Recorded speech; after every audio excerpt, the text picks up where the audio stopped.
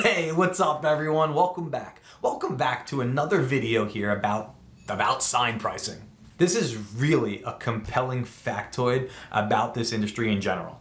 Pricing is the most often spoken about topic in this industry. It's the most often discussed topic in this industry.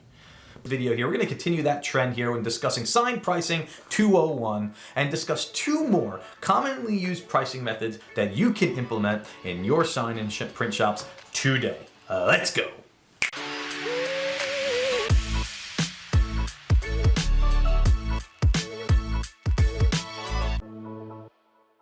So now that you've understood the basics of sign pricing, and let's get into two more advanced methods of pricing. Those are metric pricing and value pricing. Now, metric pricing is an interesting concept for shops to kind of step up to after their first year in business. It's essential though you're going to want to have a history of sales here to be able to do metric pricing properly. Now, what I mean is this. You will need a good amount of data of conducting sales using the cost plus pricing method that is covered in our sign pricing 101 video. Now, when you collect this data for sign categories like awnings and channel letters and light boxes and vehicle wraps and vinyl jobs alike, well, this will give you a variety of prices that you can break down to the total metric that you will use in the future. For example, if you sold 5 channel letter jobs last year by using the cost plus pricing method, you will have to break those jobs down by the total upright inch, and you will get 5 different numbers that you can then use as a baseline data metric for your metric pricing method. Boy, that was a mouthful. If you came across, let's say for example that you came across an average of $15 an upright inch. Well, now you have a real interesting way to quote a new channel letter job that could turn around estimates, a bit faster. Metric pricing though lends itself to adding certain pieces to it that you can add as flat fees, or after this metric has been calculated, of course. For example, maybe you can break down a raceway by the foot, or a price of extra paint color or an extra vinyl color that's being used. These are the add-ons that become part of the way we go about using the metric pricing method to begin with.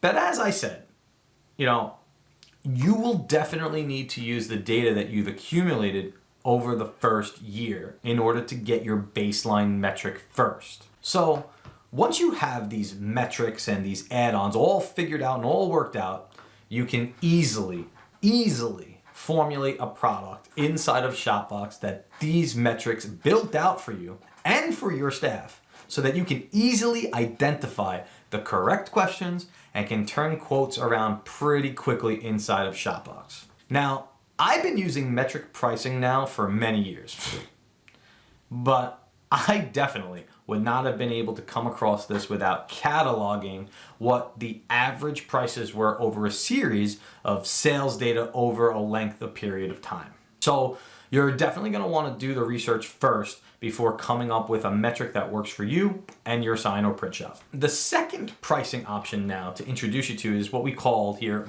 value selling, value pricing. This is a complex pricing method that should really only be used if you're in business now for a few years and you've gotten a great grip, not a good grip, a great grip on operations and your sales process and your customer service angle as well. Really, you're going to want a good foundation here. The general theory behind this particular pricing formula is that there is going to be a value-added proposition to your product or service that the customer will value, where price becomes secondary. Here's where you're going to think of like unique designs or products that only your office has, or a new product that your shop specializes in.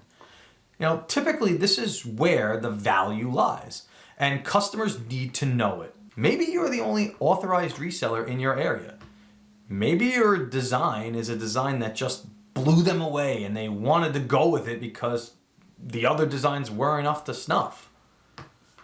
When you can sell on value, we all know that it makes a much easier sales experience for everyone involved because they fell in love with what is coming their way. And somewhere deep inside our subconscious, consumers understand that when they're getting something special, getting something unique, getting something that they feel is not going to be duplicated, something spectacular that maybe another shop didn't think of or didn't even mention, they understand that a premium here will be placed on that value. In some cases though, the value added proposition may be too outside their budget to get a job done. So what it does here is it acts as a helper for another estimate to be issued that is inside their budget that can help close this other sale.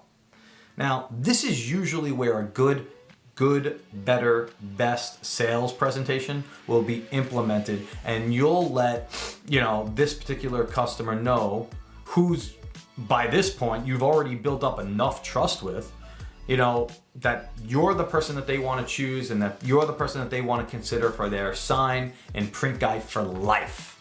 There is another pricing method that I have used in the past, but we're going to cover that in another video. So you'll want to subscribe and hit that little bell in the corner so that you'll know when, when that particular video will come out. So guys, listen, what do you guys do in your shop? Do you use something like this metric pricing method? Do you have success with value selling? Will you start introducing this into your shop's operation beginning tomorrow? Let us know in the comments below. We're eager to see how these methods are going to, how they're gonna perform for you in your shops.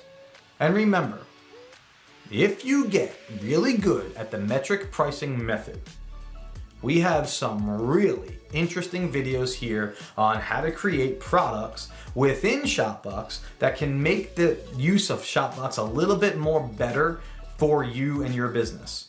Yeah, that's right. I just said more better. Oh my God. Thank you so much for watching. I'll catch you on the next video. And don't forget, everybody, stay positive out there.